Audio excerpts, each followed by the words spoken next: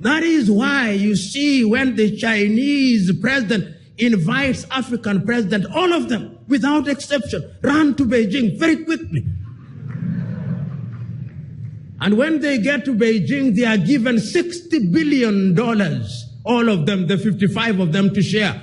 And I ask myself, why don't you ask Nigeria's Aliko Dangote? You don't have to move. Aliko will give you 60 billion. He has it. And if he doesn't have it, you ask Patrick Motsepe from South Africa to add a little more. And if you didn't ask him, and may his soul rest in peace before he passed on, you asked Reginald Mengi here to add a little more. He could.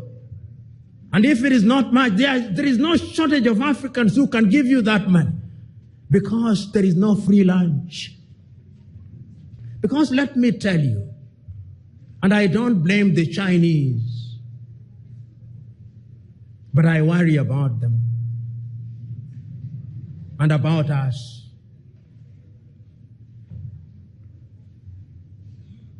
Today, in any African country,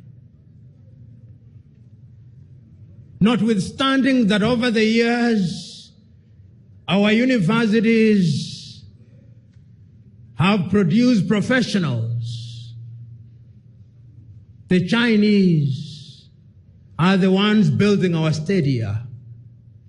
I do not know whether the stadium here in Dar es Salaam was built by Tanzanians.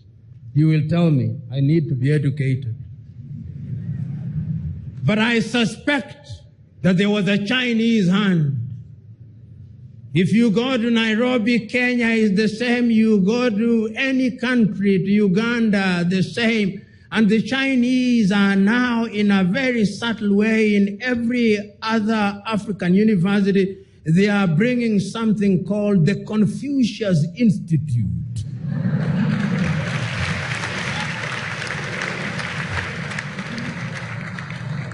Educate me. At the University of Nairobi, there is one. In Makerere, there is one. In Zambia, there is one. My brethren Tanzanians, tell me, do you have one here?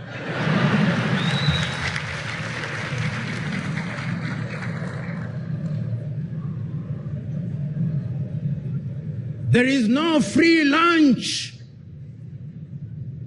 The Chinese have recognized that the mind is the standard of the man.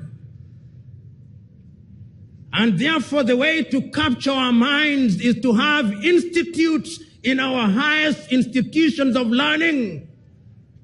Once you capture the minds of their very best, then you've captured them. In 100 years' time, we'll be wondering how they did it. This is how they did it. This is how they did, and I don't blame them one iota. If we were organized as Africans, we would be having the African institutes in each universities, where we would teach comparative culture. Today, a number of countries are adopting Mandarin as the language of choice. We are surrendering to the dominant Chinese culture. And we are wondering how we will be a Pan-African. We are losing the war. We are losing it. The Chinese know what they want, and they must be celebrated and praised for it. Because any civilization that knows what they want will always reach their destination. Do we know what we want? We don't. We must, in the nature of things, restructure our universities. Time has come that we must ask ourselves, what are we teaching at our universities? What are we teaching? If it is in engineering, you go to many engineering schools in Africa and look at the equipment that is being used. Perhaps in some universities, the equipment should be in the museum alongside the spinning wheel. At a time when people are talking about nanotechnology and 5G, You go to typical African university, we're still using blackboard and chalk.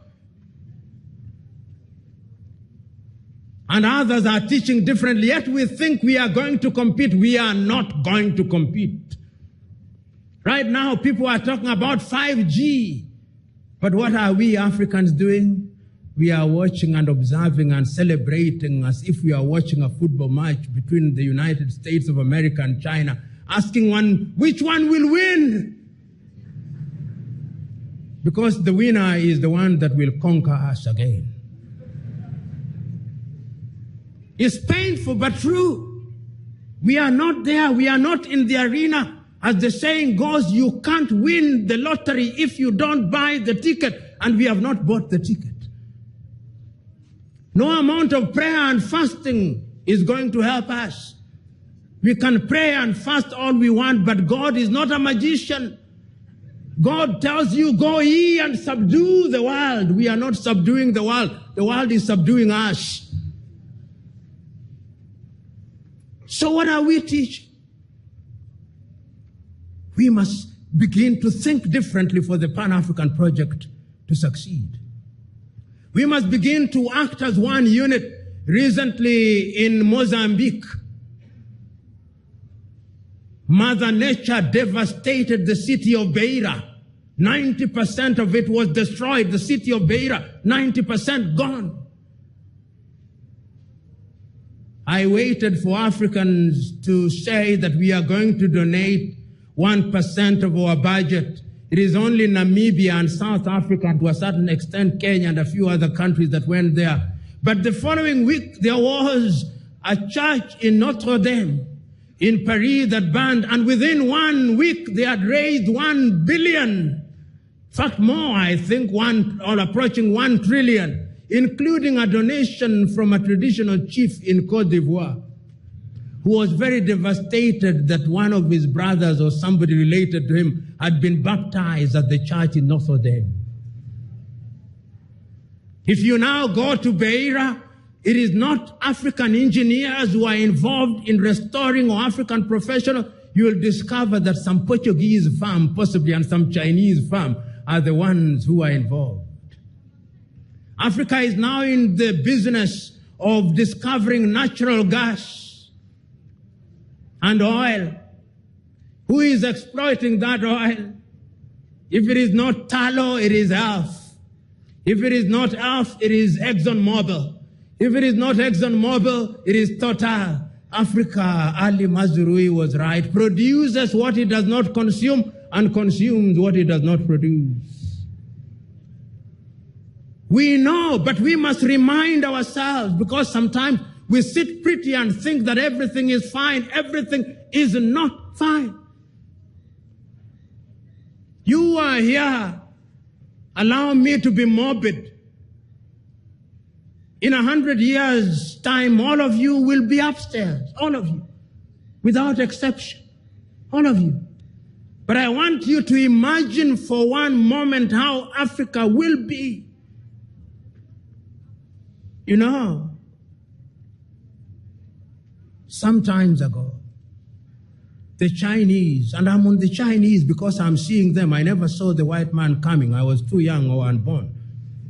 But this one I can see. The Chinese had a policy of only one child. Then suddenly they said, we are now allowing couples to have a second child. That second child is going to be here. That second child is the child that is going to conquer us if we are not organized. I do not know, but when I travel across the continent of Africa, I see Chinese very quiet, and African middle class is happiest when they go to a Chinese restaurant on Saturday. We are going for Chinese dinner. It is a statement of how sophisticated we are.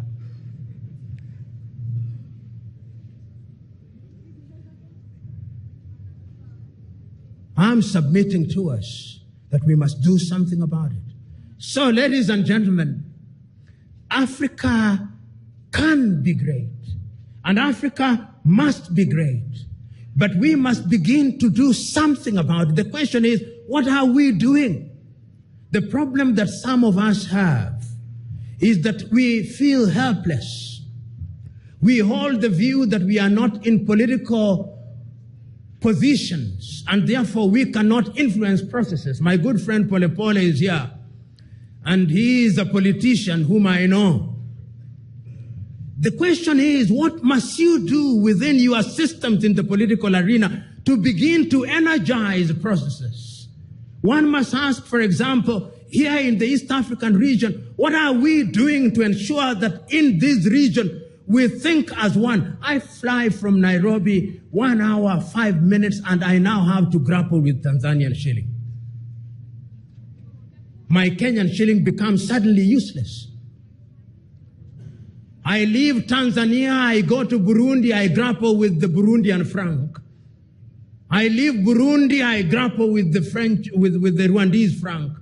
I go to Uganda, I'm grappling with the Ugandan shilling. I move upstairs, I'm dealing with the pound. I move to Angola, I'm dealing with the kwanza. 55, almost 50 currencies, which are effectively useless.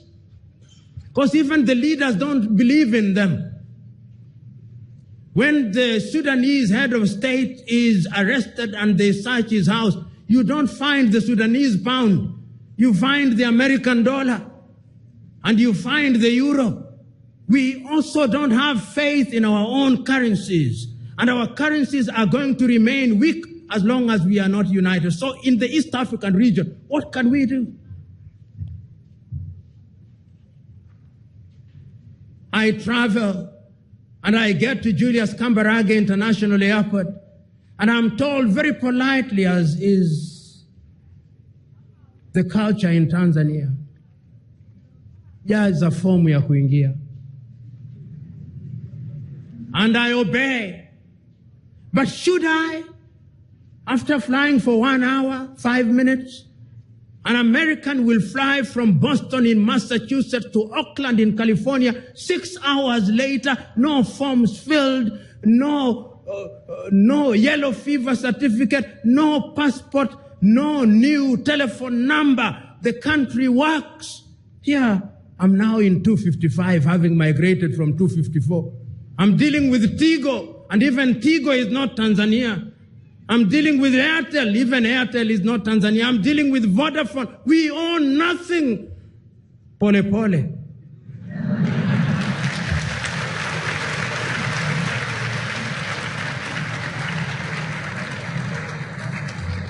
But if we are East Africa, we can begin to own things. When we begin to negotiate as East Africa and we negotiate with the EU, we begin to make sense to them.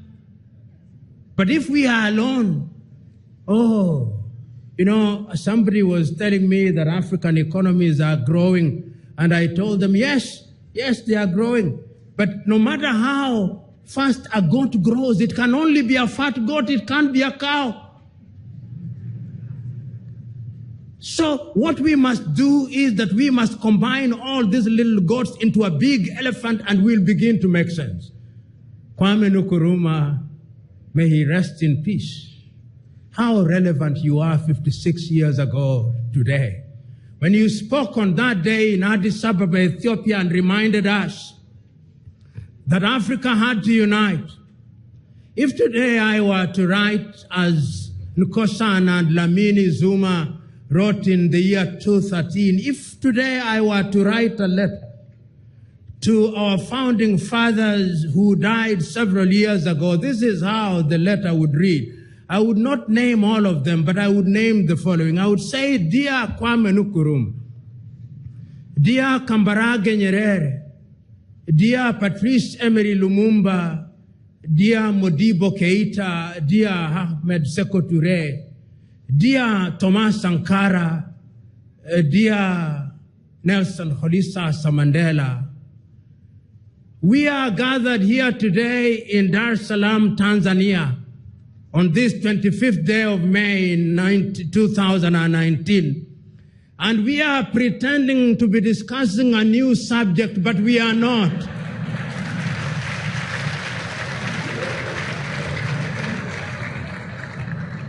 In fact, my dear fathers, we are discussing something that you discussed 56 years ago. And we are now recognizing that you warned us that if we did not unite, we will be conquered again. I am sadly reporting to you that we are being conquered again. We are being conquered again in the manner that you feared, and I'm now telling you that this time round our conquest is a little more subtle. I am telling you, Osagyefo, that now, although in 1961 you had created the University of Ghana at Legon, and you had also created the University of Science and Technology, in many African universities we are now accommodating Confucius Institutes. Osagyefo, we do not know what they are going to teach there in 100 years' time. But for the moment, they tell us is aid and that they like us. But Osagyefo, I agree with you, there is no free lunch. We are also sitting here today in Dar es Salaam, Tanzania, the home of your brother, Julius Kambarage Nyerere. And we also are reminding ourselves that Nyerere came up with a philosophy called Ujamaa, which was self-reliance. We can now tell you that in substance, Mwalimu was right. But unfortunately, we are still importing things from Europe. We now have mobile phones, which you did not have when you were alive. But unfortunately, Mwalimu, those mobile phones, none of them is made in Africa. Last week, we saw an attempt by somebody to claim that one was made in Rwanda, but I suspect it was only assembled in Rwanda. Mwalimu, we are trying. I can now also confirm to you that we have many political parties, just as you feared, Osagyefo. In Congo, there are 233. But Congo is not at peace. In Tanzania, they don't have very many, but I can assure you CCM is still doing very well.